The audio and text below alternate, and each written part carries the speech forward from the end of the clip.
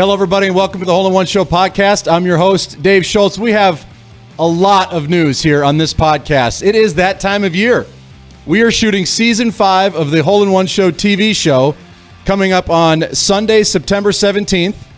Now, I'm now at the Fargo Country Club, and the board of directors has been nice enough to extend the 7th hole, the most beautiful par 3 in the entire region, to be the home of the Hole in One Show going forward. And so we're going to shoot Season 5 of the show there on Sunday, September 17th. And a big thank you to my friends out at Maple River.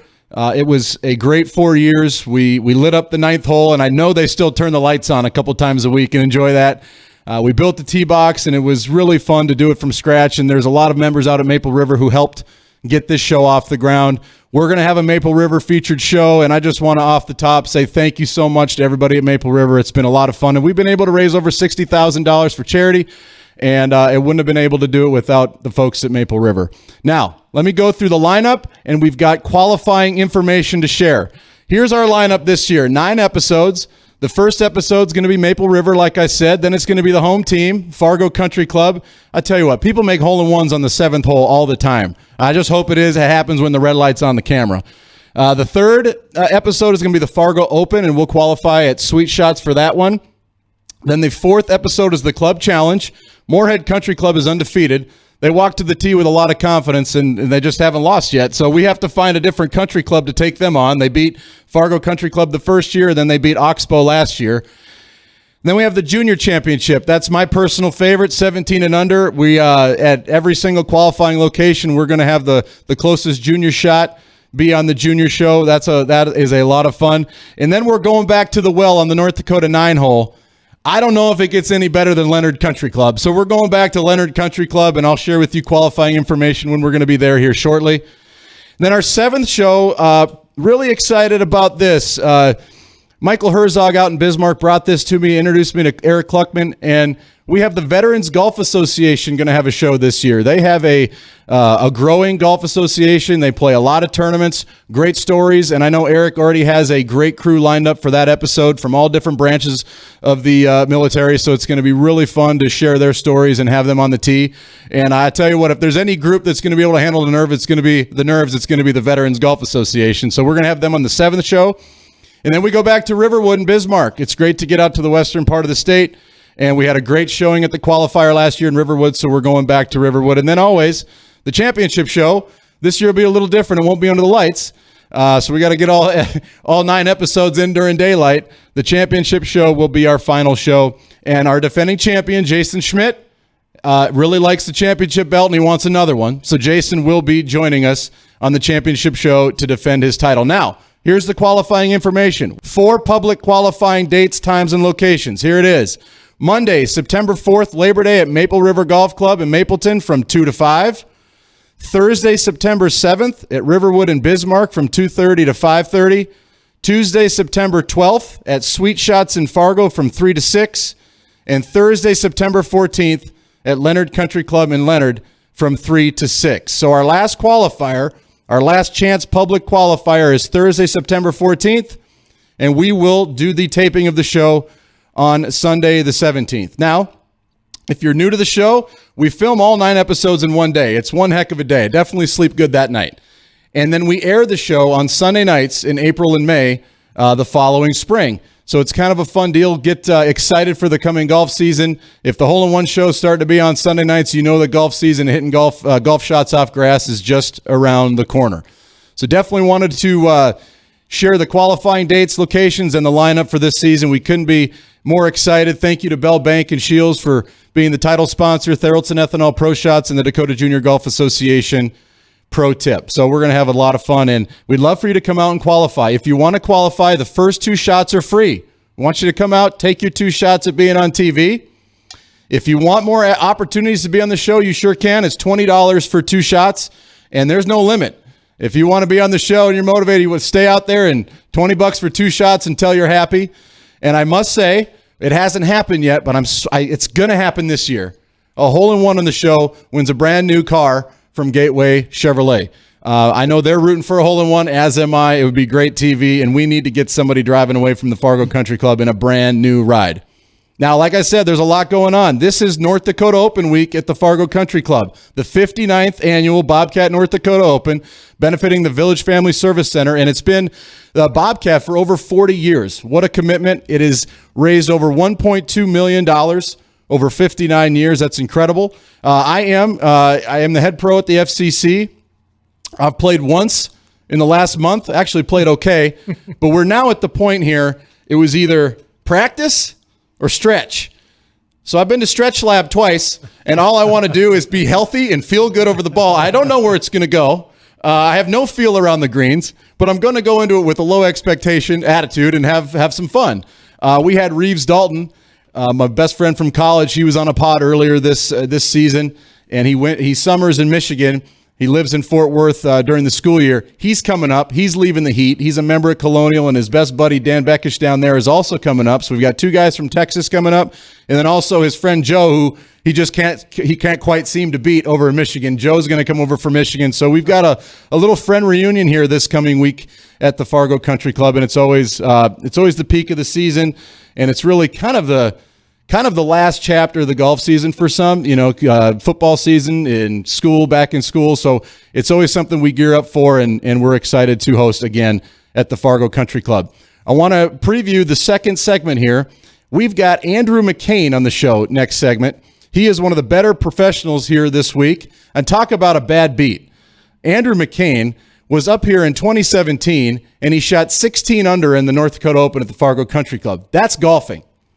He lost by 4 to a guy on the PGA Tour. He came up here, finished second, and lost to Tom Hoagie, and he's been here, I think, just about every year since, because he's like, I go up to Fargo, I shoot 16 under, and I lose to a guy on the PGA Tour. I mean, really, what are the chances on the mini tour level to lose to a guy on the PGA Tour? So he is one heck of a golfer. He's been chasing it for many years, and he's got a very interesting story of his living situation when he was on the Canadian Tour one year. So, hey, we're going to get insight from a guy here for the North Dakota Open just for a few days to compete at the Fargo Country Club and get a little insight into the mini tour life and the dream that he's chasing. I'm telling you, this guy can play. I highly suggest you come out and watch all the pros play, but Andrew McCain is a stud.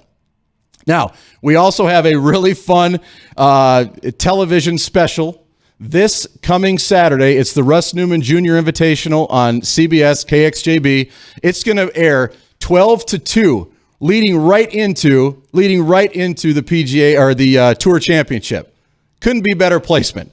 We had the Dakota Junior Golf Association has been huge for junior golf in North Dakota, and we partnered a couple of years ago to bring the Russ Newman Junior Invitational to the Fargo Country Club, and we expanded it this year and partnered with KVOY, and we have KVOY. They came in and did a 2-hour special. They've got an hour and 44 minutes of content, 16 minutes of commercials. It's going to be a lot of fun. It's the state's best junior golfers, and you're going to see how they competed on June 11th at the Fargo Country Club. Now, I'd like to bring a couple of special guests in here. We had the Russ Newman Junior Invitational was a byproduct of the Russ Newman Invitational, and Russ Newman was a wonderful guy, big personality, awesome, unbelievable golf career, and really loved helping kids. He had an impact on my life. My dad wasn't overly into golf, and Russ, in a way, was kind of my golf dad. He was always a father figure who would take me under his wing when I was at the FCC growing up, and he was always inclusive. If there was a junior practicing by himself, he'd go over there and help out any way he could, and we lost him a couple of years ago, and so I'd now like to welcome in his son, Boomer Newman, and also Nick Lakoduk to the show. Guys, welcome to the Hole in One Show podcast. This is great. Thanks for having me. I really appreciate it. So let's talk about the Russ. First of all, let's talk about you guys. Boomer, why don't you share a little bit about your background and the Russ Newman Memorial Youth Fund? Absolutely. Well, I grew up in Fargo. I'm actually Russell Jr. Been going by Boomer my whole life. A lot of brothers and a sister growing up, which is proof that dad loved kids, right? And you guys know as well as anybody how much dad loved kids. Any random kid, like you said, yep. There's a kid on the bunker. I'm going to go tell him what I know. Yeah. Pretend there's a dollar bill under that ball, and off you go.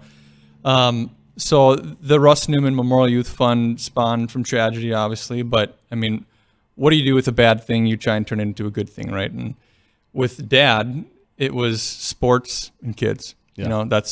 He loved sports and he loved kids. And to combine those things into what we have today, the Russ Newman Memorial Youth Fund helps all types of kids, underprivileged kids, talented kids, kids that want scholarships, kids that want to compete, that want to get better, we're there, and we've been there for the past couple of years. Now, another guy that's been involved with golf for many years in the area and loves to, as he likes to say, fill his bucket with philanthropic things and cares about other people and wants to lift the whole community up. Nick Lakoduk, welcome to the show. Talk about yourself a little bit and then how you got involved with the Russ Newman Memorial Youth Fund. Yeah, thanks, Dave. Appreciate it. Good to be here. So, grew up in North Fargo, went to college in Iowa, came back a few years ago, moved back. My wife and I, Alyssa, moved back up to North Fargo. We've got a 2-year-old son, William. Been at WEX now for about 11 years, leading a sales team over there. Very privileged to be a part of that team and represent a bunch of great people from a sales perspective over there. But, my involvement really came from just an idea of a way to try to honor Russ, right? Yeah. And long story short, connected with the Newman family and kind of off and running, getting a golf tournament put together at the Fargo Country Club that happy and honored to be a part of it. And then through that have had the chance to, I've known Boomer for, years, but really didn't know him that well. And the last couple of years getting to know Boomer and of course knowing Kyle, Boomer's older brother, and a few of the other Newmans. And just to have the opportunity to, in Russ's name, who was somebody that was very influential to me, kind of like you said, Dave, think of like a golf dad or just, a confidant, someone that you can just, what you're going to get. And it's always going to be a great conversation and with a ton of laughs and a lot of heart behind it. But in that vein, be able to give back to the community, give back to kids and help kids compete certainly fills my bucket. So very cool. And this had started before I started at the FCC. You guys were talking about, I think, in the fall of 2021. I started at the beginning of last year. So when I came into it, the first thing I noticed, I looked around the table. It was Boomer, it was Nick, it was Josh Persons, and it was Mark Johnson. I sat down and, hey, we're motivated to put any sort of tournament together for sure, especially if it's philanthropic and we can do some good, and definitely with the connection to Russ. But I looked around the table. The one thing we all had in common is we all lost our fathers. Yeah. And I think that there was such a motivation behind all of us to get this thing off the ground and do something. I don't want to talk about all of us, but there's got to be something that gets you going. And we unfortunately share that in common. And this has been really special to be able to be a part of it. And let's talk a little bit about, where does the money go? And talk about some of the things that the fund has been able to support. Absolutely. We've handed out at least 10 scholarships in just the past 2 years as a result of the Russ Newman Junior Invitational, which, by the way, tune in on Saturday. It is extremely impressive, these kids. We've supported a local event called Cops and Kids, where local police support and go on a shopping spree with kids, that need things like winter jackets, backpacks, crayons, toys, in the Christmas time. So there's a Christmas event and a back-to-school event that we support. And then a couple of baseball teams. There's the Dakota Selects Baseball, and as well as our recent Little League World Series participants, the Fargo 12U All-Stars. Couldn't be more proud of those kids. How cool is that? Kyle got the ball rolling with the youth fund, and all of a sudden $5,000, $25,000 race for these kids to go to the World Series. Yeah, and that's Kyle got that gene from Dad, where he makes phone calls. 4 phone calls. Hey, I'm in. You in? Hey, Let's do it. Figure it out. That's great. And let's talk about the Russ Newman Invitational a little bit. Nick, Nick, it's the Fargo Country Club, and days are very special throughout the year, and we were able to get that on the schedule. Talk about that event and how that's that was what started it all. Yeah, exactly. I would say the vision that the family had really is kind of what started it all. But to be able to be involved and say, look, let's get a bunch of Russ's friends, right, and longtime golf partners and other individuals that wanted to give back and just get together. And that first year was great because it was almost exactly 1 year from Russ's passing. We were able to all get together at Fargo Country Club and compete in a 2-day event that was very competitive. I mean, we had a ton of great teams. I mean, you think about Persons and John Dahl, partnering up, and I know you played and a few other, Podolak and Rito Lean. I mean, royalty of North Dakota Golf Association stuff. And so to get together, tell some great stories. We had some laughs, we had some tears, and more importantly, raised a bunch of money for kids, all in Russ's name. And then really, like anything that's jumping off the ground, it goes through some iterations. This year we had a one-day event. We were able to raise just as much money, had just as much participation, had just as much fun. But, we'll see what next year looks like, right? I mean, we want to be mindful of all the things that go into hosting events at private country clubs, but we also want to be inclusive of maybe other organizations or not other organizations, but maybe other places around the city, right? That want to get involved. So we're wide open, and I'm wide open, and I think together it's just going to keep growing. So talk about the Newman family. When the Newman family shows up at the FCC, they're here. They're there. The Newmans are here. It's time to run a tournament. And I tell the guys at the golf shop, just sit back. They got this whole thing. It's just like a whole family, and it has had to have been special to be able to kind of a reunion, right? To get everybody together for these last couple of years. Yeah, I mean, anytime you can get my big family together, I look forward to it so much. Yeah. It's crazy because we're all so different, but we share some of the best qualities as well. Like, you guys know Kyle as well as anybody. Just a business guy, right? And Rachel's knows everybody. She has no enemies. And Matt's the nicest guy in the world. Yeah. Jake, my brother Jake, and I are carpenters, and we actually built the trophy. It's 85.5 inches tall. If you guys don't remember, it's a little over 7 feet. We'll put the picture of the trophy up right now. This is an incredible trophy. There is not a bigger trophy in sports. There's just not. The thing is impressive. Yeah, it's great. And then all the nieces and nephews. I got 18 nieces and nephews. 8 of those are Kyle's. It's just, just awesome. Just love getting them all together. Well, there's so many stories about Russ, and I asked you guys to, think about any stories that you'd want to share. Nick, do you have any? I mean, we talked about how just loving to be around the golf club and welcoming to the next generation. He always wanted some action on the tee. He wasn't afraid of anything. No. I mean, you think back of Russ and some of the other guys that were influential in my golf career. Tom Hansen being another one, right? And the idea that the match is always won on the first tee, right? Yeah, before you even put a peg in the ground, before you even get a ball on the tee, it's like, that match is going to be won then and there. So you learn pretty quick as a young kid, that you either get involved in the negotiations or you just kind of shut the heck up. And I learned pretty quick in a game with Russ, and I don't remember. I know Tom was there. It might have been probably Kane, right? And just kind of came together randomly when I was probably 17 or 18, and. Russ just says, so, what are you going to shoot today? And I'm like, oh, Jesus, 75 or 85. I don't know. What do you need? And he's like, oh, it doesn't really help me that much. He's like, well, I'm going to shoot 68 today. I said, okay, well, then we should probably think of a game that, is going to lean towards that happening. Right. And that was one of the first memories that I had of Russ, in that vein. But, he always had your best interest at heart, right? It was like, hey, we're going to compete together. And one of the things that sometimes my buddies, yourself included, will just be like, what's the game today? And I'll be like, I don't know. I want one partner for 18 holes, and I want to go compete. I don't want to play a Umbriago game where you're picking who hits the drives and keeping this order. It's like, I want my guy and I want to go compete. So I'd say Russ instilled that in me for sure. My one of my favorite about Russ was he had this short game coach, Kenny Pins, and he would always bring up Kenny Pins and how to hit bunker shots. Another one was whenever you were around the entire group, and he knew everybody who won the Pine to Palm, and he won twice in 3 years. He would always say, hey, Dave, how many Pine to Palm champions do we have in this group? And he always had 2, and everybody else had 0. I mean, I stuck one in there, but he always loved to say that. So he'd lead into that, and it was endless. There's always a smile on your face if you're around him. And that tournament that we've been hosting, it's fun because there's a smile on everybody's face. Now the juniors, this has been pretty cool. Chris Geist, DJGA, they wanted to help, remember Russ and also put this Masters essentially junior event together at the FCC in North Dakota, and it's the highest 20 or the lowest 20 finishers in Class A, Class B, boys and girls.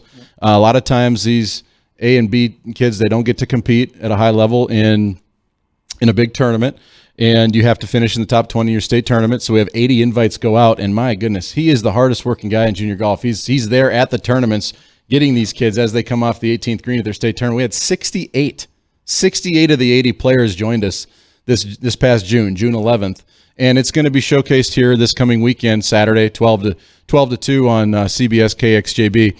I know, Nick, you were out there. Boomer, you were out there. It was just so much fun seeing these kids compete, and and it was a nice day, and it was a great competition. That par 3 shootout was very, very interesting. Oh, yeah. Big shout out to Chris Geis. He's a legend. He's been just a huge part of all this, right? Yeah. The shootout, yes, it was amazing. The kids are beyond talented. There was amazing shots out there, and the weather was spectacular. You couldn't ask for a better day. Yeah. It was a perfect day, and you said it early, Dave, where we've never, I remember, growing up and we played high school golf together for a couple of years, and it's like, to be able to extend your season in that regard, especially some of our Class B friends, right, that, don't get a chance to maybe play the Fargo Country Clubs or compete against the Class A teams. And, there's not a drop-off. There's plenty of great players all around the state that, regardless of what town you grew up in or what, maybe 9-hole course you're playing, you can still compete, and that's the whole goal, right? Yeah, and we had kids there who wanted to play college golf that hadn't committed yet. I think we had 6 or 7 or maybe 8 college coaches that were there, watching the action. Obviously, a good test and high competition. So it was fantastic, and it's just that's great to have the kids compete. Talk about the mission of the fund. It's kind of an interesting mission statement, and expand on it a little bit. It's helping kids compete. Yeah, it's helping kids compete. And I've heard people ask, what does that mean, right? Because at first you're like, okay, are these kids going to be fighting each other? What's going on? Well, it's pretty simple, and you can look at it in a few different lights. But for example, these young golfers, right? They're there to compete. They want the best opportunities moving forward. They have these scouts there, college recruiters there, great opportunity. They have opportunities to win scholarship money, right? They have opportunities to play at amazing courses like the Fargo Country Club, to compete in a shootout, which is pretty uncommon, I think, for youth events. But then there's also the helping kids compete in a more basic level, where this poor kid doesn't have a winter jacket. It's 20 below outside. This kid doesn't have a jacket. Yeah. He doesn't have snow boots. So we're on both sides of the spectrum, and we're helping everybody compete. It's pretty cool. Yeah. It's really cool. I was just recalling a moment that when we were originally talking about some of the things that the fund was going to be able to go to, and asked that question a few times around, what does that really mean? And it's like, well, it's ambiguous for a reason, right? And as like anything that we talked about previously, when you're getting it off the ground, to be able to come up with that vision, to be able to come with that mission statement, you guys just nailed it, right? The family just nailed it. And now being able to see the fruits of that labor from the golf tournament that we've had that's raised money. And then the support of the country club, right? The membership, to see in the second year of the Junior Newman, members bringing their kids out, or just coming to walk along and just really support the event. That wouldn't be possible without the membership at Fargo Country Club to lean in and say, hey, we want to wrap our arms around this. And my hope is that, we can extend this and expand this, into maybe a couple-day event down the road, and turn it into something that the entire membership is out watching, maybe even volunteering and that kind of stuff. It's an obligation and honor we have to give back as an organization. Yeah, and it's cool. It's cool from year 1 to year 2. Hey, we're growing. It's going to be on the tube. It's going to be on this Saturday. Keep plugging it. This Saturday, 12 to 2 on KXJB. Tune in. It's going to be a great competition, and these kids, they can play some golf. Well, guys, congratulations on this. Has been great to work with you on this, but it's not easy to get off the ground. Congratulations on all your work, and I know, Boomer, it obviously means a ton to you, as it does all of us, but you put a lot of work into this, so a lot of hats off to you. Thank you, and to both of you guys. I couldn't have done it without you guys. I mean that, really. I really do. It's been amazing. FCC, Chris Geis, all my family members. It's been awesome, and we'll be here for decades, okay? You're going to tune in this Saturday, I bet. Absolutely, man. Yeah. I got the DVR set. Yes. We'll see what time the little man wakes up from his nap. But the goal is to sit on the couch and watch a little golf with my son William. So that's the hope. Well, doesn't he steal your putters? Isn't he? He does. Yeah, big in the office making putts from 10 feet. Yeah, I cut down a little Scotty Cameron. Well, I shouldn't say I. Fargo Country Club staff, Zach Sklebar, cut down a Scotty Cameron putter for him, which I get a little bit of crap. Wow, it's like, wow, you got a 2-year-old son's got a Scotty, and it's like, well, yeah, for sure. What am I gonna give him? But anyway, he'll go over, grab his plastic clubs that Uncle Josh Persons and Auntie Allie gave him when he was born, and say, Daddy, Daddy golf, and it's like, well, yeah, man. Part of the reason you exist is so I can do this stuff with you, right? So.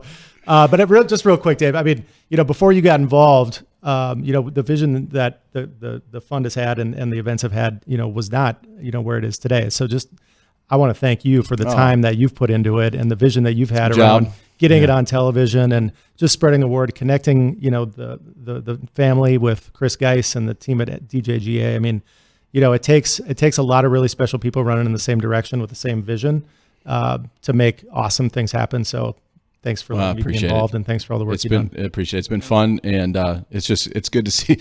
They got a lot of the kids on TV, and watching and viewing that. Almost every one of those kids is on TV, which is pretty cool. Now, I just real quick. Hey, there's no hard stop. It's a podcast. We talk whatever we want. I have to talk about this. I have to switch gears. We just had the club championship at the Fargo Country Club, and it was the biggest goal of ours to have two ladies flights in the ladies club championship. Now, match play can be a little intimidating. It's until you really do it, you don't know what it's all about because you're one-on-one with somebody else. Well, Kelsey Dragosevich, she's kind of the ringleader out there at the club. She's like, we'll get 8. And we had 8. And we had, my wife has started to play golf a lot. I need to get her on the pod because it's unbelievable insight on somebody just starting the game. You guys, the algorithm is feeding her golf stuff. It is over and over again. She's like in bed showing me this Instagram, this golf swings. Yeah. Is that really where the club should be? I'm like, it's like constant, which is great. But also, Alyssa Lakoduk played in the tournament, and we had 2 flights, a championship flight of 4 and then a first flight of 4. Now, my wife's handicap's a 45, new to the game. I think Alyssa's handicap's roughly 41. Right around there, yeah. And they love it. Yeah. They love it. You had to make a triple at least to win a hole. So if you both were at quad pickup, it's a push. But there was a matchup in the third place match for the first flight. And I'm smiling and I'm laughing out of love. It was so much fun. It's so cool having them out there. But you were out there watching with William, the Alyssa Lakoduk versus Kelsey Schultz matchup for third place in the Clash first. of the Titans, man. Clash of the Titans. I think you went out and you watched like 9, 10, 11, and you came back and said, how's it going? He goes, well, what did you say? A bit of a battle of attrition. Yes. Yeah. But it's so cool. I was so proud of Alyssa and Kelsey too. We played couples night together that Thursday night, and the girls and the ladies, I should say, were so excited for the pro gal that you hosted and created for the FCC on Friday, and then the club championship, and smiles on their faces, all of them. I mean, the whole day. The perception maybe previously had been that women don't want to compete at that level, and we can throw that out the window because they were competing in a healthy way, but they were having a ton of fun. Yeah. Just one quick story. William and I are following Mom along, and the woman that Alyssa was riding with in the cart found herself in the 18th fairway off of 10T. Fargo Country Club, 18 runs right along the river there, and 10 kind of runs up along the top. So Alyssa had a good drive in the middle of the fairway, but her cart partner had her clubs down by the river on 18. And so Alyssa says to Taylor Linkstead, who was also playing in the group, hey, you mind if I just use your 5-wood to hit this shot so we can kind of keep things moving? And she's like, I don't care. And she's like, Kelsey, do you mind? And she's like, I don't care. Let's keep moving. So that's the type of competition that the ladies event had, was using each other's clubs to keep things moving. Completely illegal, but that's completely illegal. But if you're on the same page in match play, it's fine. And then the night before, having to have a conversation with Alyssa about match play, like, all right, like, you can give holes, or you don't have to finish every hole, and gimmies, are a thing. And she's like, so, talk to me about gimmies. Like, how far away from the hole typically? And I'm like, that's a question that every golfer that's played in a match play event has been asking themselves at each other for the history of time, So they had a blast. Do you remember who won that match, David? I don't remember that. Aaron, Alyssa Lakoduk. Alyssa Lakoduk won the match. We had a little side action for a donation for the ladies' locker room because I'll call it an opportunity. Yeah. It's an opportunity there. And so I have a donation to the ladies' locker room fund because Alyssa came in, I think it was 2-1. Yeah. They were adding up on the 17th green, and Kelsey was like, I think I made a 9. Darn it. I think we're done. 2-1. It was great.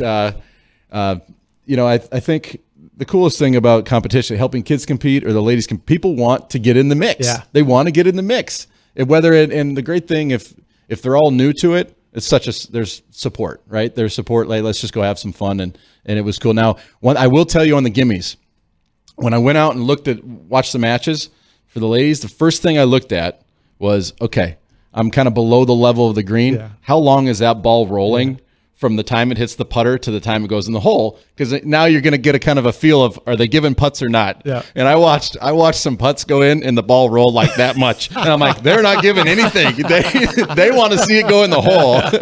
They all know there's a chance. They want to see that ball. They want to hear the bottom of the cup. So, and I saw one miss too. And I was like, oh, that's why they're making her putt it. It was fun. It was fun. Yeah. Guys, this has been a great time. I do have actually a hard stop, but I appreciate you being on the Hole in One Show podcast. It's going to be fun to watch the junior event this weekend. We'll keep this thing going, and thanks for being here. It's been good. Thanks, Dave. Keep up the great work. You got it. Thanks, Dave. Appreciate it. All right, folks, in the second segment, as I mentioned, Andrew McCain. He's in town for the Bobcat North Dakota Open. He finished second in 2017 to Tom Hoagie. We're going to talk about if he's going to get on the top in the winner's circle this week, and some background into his professional playing career. Stay with us. Any bank can tell you they have a rock-solid commitment to agriculture. Bell can prove it. To this day, every Bell Bank branch is partially built with rocks we've picked from our founder's farm. But our roots in ag have grown more than a few offices. They've shaped who we are and formed our entire approach to banking. Let us prove it to you as you grow your farm and prepare your legacy for the next generation. Bell Bank, committed to ag. Golf to me is patience. It's weird to say, but golf is life. It is. It's the ultimate game of life. You know, it's an individual sport. You have to put in a lot of work to get minimally better. And that's kind of the beauty of it. You come back to improve. That's why I love golf, is just every shot is different. That next round, that next shot, you know, it could be that start of a story. I don't even want to say a game. It's more than a game. Welcome back, everybody, to the Hole in One Show podcast. That was an awesome segment. That was so much fun to have Nick Lakoduk and Boomer Newman on, previewing the Russ Newman Junior Invitational that's going to air this coming Saturday on KXJB CBS from 12 to 2. Now, we have got a big tournament this weekend also at the Fargo Country Club. It's the North Dakota Open, 59th annual North Dakota Open. And we've got golf professionals coming in from all over the country. Some are new to the game. Some have PGA Tour experience. And some are just ready and prime for the next level. Now, background here with Andrew McCain, our next guest. Andrew and I were paired together in 2021. So in 2021, I was 38. My wife and I, a couple of years before we had lost a couple of years before we lost our dads, and just looking at a different perspective, like, let's give it a run. And so we gave it a run, and I was down in Tampa trying to Monday qualify for the Valspar Championship, pre-qualified, and I got paired with Andrew McCain in the pre-qualifier.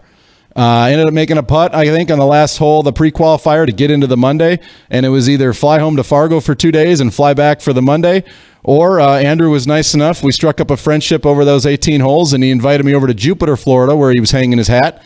And I called my wife. I'm like, hey, met this awesome guy. He invited me to go over to Jupiter, and we'll play some golf at Pete Dye, and that's where Andrew and I met. And we had a lot of fun those few days. Came back, did the Monday qualifier.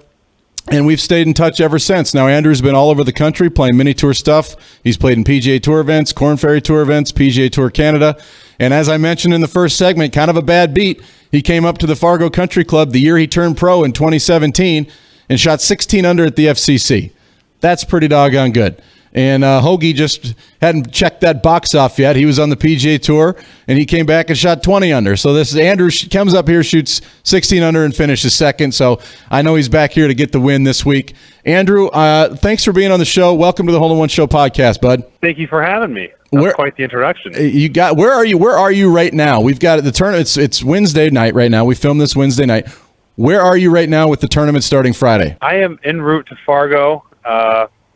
About 120 miles from FCC. Perfect. You ready to go? How's your game? Game is good. I've been kind of getting back into things here the last few months. I had kind of an interesting start to my year off the golf course, but I started playing more tournament golf in June, and then it's been pretty full on since then. So I've played some solid golf so far this summer. Was able to knock some rust off and get back into it. Turned pro in 2017. You're 29 years old. Talk about just your background. Where are you from, and how's the golf professional career been so far? So I'm a bit of a gypsy, born in Texas, and then my family, we moved a lot for my mom's work. So, Florida, Tennessee, California, Maryland, Colorado, Australia, Minnesota, Wow. Canada. Had been kind of all over. But, I spent high school in Australia, and then we moved from Australia to Minnesota when I had just finished high school. I went to college at Maryland. My family was in Minnesota at the time. Okay. And I kind of ended up making some, lifelong friends in Minnesota. I guess I was a young adult at the time, and I've stayed in touch with them. And so Minnesota is probably my kind of home away from home when, obviously I'm living in Jupiter, Florida now, but I mean, Minnesota's kind of special to me and a place that I always tend to spend a lot of time every year. Sure. Traveling all over as a kid, and Minnesota ended up being your home. And now Jupiter, Florida, how long you been down there? And obviously there's a lot of players who play professional golf that live down there. What's it like down there living in Jupiter, and how long you been there? I've been there for 4 years. So I moved to Jupiter 4 years ago, and I was in Tennessee prior to that. And I was kind of living closer to my family. My family went out to Washington State because my mom was working on a project there. And I said, all right, well, that doesn't really do much for me. I'm going to go to Florida and kind of focus on golf. And Sure. I went to Jupiter because I figured, the best players in the world live there, and I wanted to kind of find out how good I was. Sure. I figured I'd either go get my butt kicked, maybe find out that, hey, there's a lot to learn from these guys and I can get better, or maybe kind of prove to myself at the same time, like, hey, you're actually pretty good at this. So I was lucky enough to move down there and join a great club there. It's called the Dive Preserve, and we have, I don't know, there's probably 15, 20 tour players out there. Yeah. And actually kind of lucked out during the whole COVID thing because everybody, all the tour pros that were there, everyone was home. So Sure. we were all on the same schedule, and I got to mix it up with them and play a lot of golf with them during that period of time, and definitely learn a lot and create some good friendships too. So that was definitely worthwhile investment moving down there, even if it was just for that year alone. Yeah, a lot of times, it's about where you home base. I was home base in Fort Worth, and you got to be able to be at home getting competition, 20 minutes from your house. I mean, your home course, you got to be able to go to your home course and tee it up with some people that'll push you, and that's it sounds like that's why you're down in Jupiter. Exactly. Yeah. So I think that's super important, and there's so much to learn. I mean, lucky enough at my club, you've got Charles Schwartzel, Louis Oosthuizen, and Corey Connors, Daniel Berger, Adam Long. You got guys that have won, numerous times, a couple major winners. There's a lot to learn there, and I was really fortunate to spend time with those guys. Well, Andrew, you're a stick, man. There's no doubt about it. You're a stick. You go play with those guys. They're not beating you 6 and you're losing 4. I mean, it's 5-5 at best. So tell me your assessment at 29, traveling around the country, playing a bunch of golf around the world. You play these practice rounds with these guys. You're right there with them. What do you need to do to get to the next level? Is it just playing right at the right time, or is there something in your game that you're working on? You get to see the best in the world right next to you every single day. I think for me, and I think that this is kind of definitely, I would say for everyone, is that it's not so much how good your good is, but it's how good the bad is, and that's kind of what you notice when I go play with those guys. It's the consistency. Yeah. And for me, something that I kind of struggled with over the past 2 years was just some foul balls now and then off the tee and getting myself in more trouble than I needed to be in. Sure.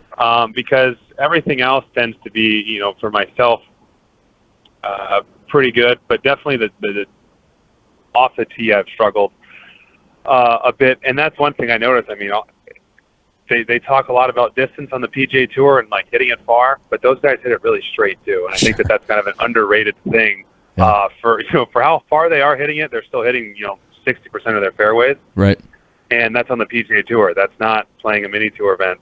Yeah. With wide fairways and no rough. I mean, that's PGA Tour with fairways, and that's really, really impressive. So I would say that's probably, for me, my assessment of myself, because any week that I go out there and drive it well, I tend to play, I end up having pretty strong weeks. But, you can't afford to throw away shots with penalty shots or hitting it in the woods or things like that.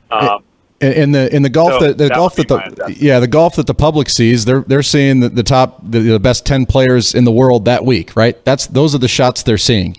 The shots they're not seeing are those. The shots they're not seeing are those guys who finished 30th to 60th, who on Thursday and Friday have turned 72s into 70s. They've limited the damage when they maybe don't have their best stuff, and that's what you're trying to say. Exactly. Yeah. And realistically, there's levels to how consistent they are. I mean, the best players in the world are extremely good at kind of bringing it every week. Yeah. You look at the top 10, you kind of expect to see Scotty Scheffler and Victor Hovland, or let's see if we go back a couple years, whether it was Brooks or Jason Day. You expect them to bring it every week, and they did that for 2 years, which is incredible. And I mean, how impressive that is, having played professional golf. Mm-hmm. It is. And then, but I mean, you look at the guy that finishes 100th on the PGA Tour money list. They're extremely consistent. Yep. You just don't get to see them on TV very often. They're playing a lot of golf, a lot of cuts, a lot of golf, a lot of cuts. Exactly, tons of cuts, and that's consistency. That's really good. That's hard to do. I mean, if you go out and make 75-80% of your cuts for a season, you're a happy camper. You did well. Right. And that's legitimately hard to do. Now, it's a lifestyle, right? You're traveling. Now, with your background, traveling and being in different places suits you well, but you're traveling and you're doing different things. You're trying to put yourself in a position to be successful. Can you touch on real quick your background? Was it when you were on the Canadian tour? Is that right? When you had an interesting living situation? Can you explain that a little bit? Yeah, so I kind of had the idea. I had a truck a few years ago, and I bought like a hard shell for the back of it, and my dad and I built a platform with like sliding drawers underneath it. There was a bed on top, and I was able to travel and just sleep in my truck. Literally sleep in your truck. It was actually great. I had it wired up. I had a fan back there. I had like LED lights, and wow. It made it convenient to travel around and save a little bit of money. Sure. And there's a lot of time spent on the road, so be able to go sleep for a couple hours somewhere, or I literally drove one time from Fargo back to Florida and slept in my truck that night. Sure. Halfway there.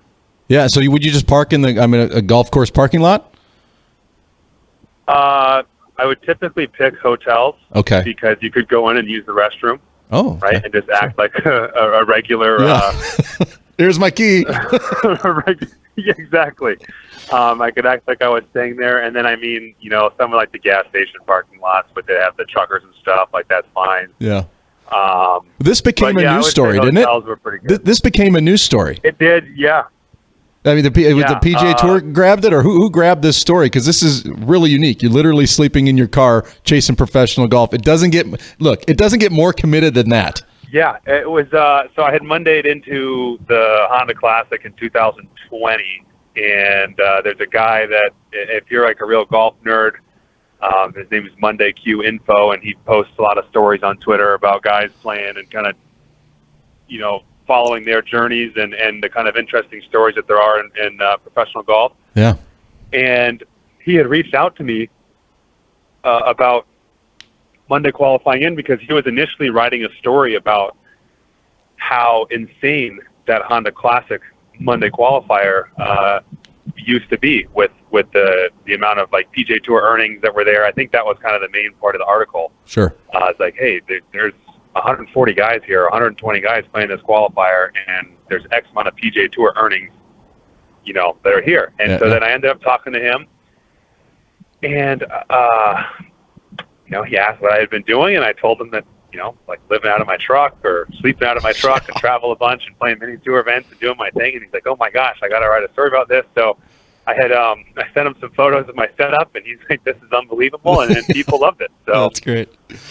Now, you do still have the truck? The truck, unfortunately, we got rid of the truck. Oh. Now we have hotel keys. 2021. Okay, 2021. Well, exactly. Now we have hotels. Yeah. What an experience. Real quick, we're up against it, but let's talk about you're 29 years old, journeyman mini tour player, but you're going to keep going. Are there any years in the future where you're like, if I don't make it by this time, I'm gonna go into something else? Or are you still pot committed all the way to the end? I'm not committed till the end. Okay. I can say that. I think that like doing this, playing mini tour golf, traveling around, it's tough, and it kind of wears you out, and you feel like you work hard and maybe don't get a whole lot in return. That being said, if I'm going to work hard and not get something in return, I'd rather do it playing golf than probably selling insurance. Right. So, but I'm definitely going to keep. I mean, I'm still, pretty young. Another, probably 3 or 4 years, no problem. Keep playing and do it. And ultimately, it's still something that I enjoy doing. I love the competition. Yeah. And that's at any level. It doesn't matter if it's playing against you at FCC or playing on the PGA Tour. It's still fun to go compete and be able to play golf. Well, folks, this is the guy to watch this week. He's at top 3 player. I mean, we had Andre Metzger's in the field. He's a great player, but Andrew McCain, he's one of the top in the field this week. If you want to see some great golf, come out to the Fargo Country Club, look up Andrew's name, and follow him around. You're going to be impressed. So, Andrew, drive safe the rest of the way to Fargo. Looking forward to seeing you at the club tomorrow, and play well this week, bud. Awesome. Thank you. Thanks for having me. You got it. We'll talk to you soon. Well, everybody, thanks for being with us on this episode of the Hole in One Show podcast. It was a lot of fun, as always, and we will see you next week with a recap of the Bobcat North Dakota Open.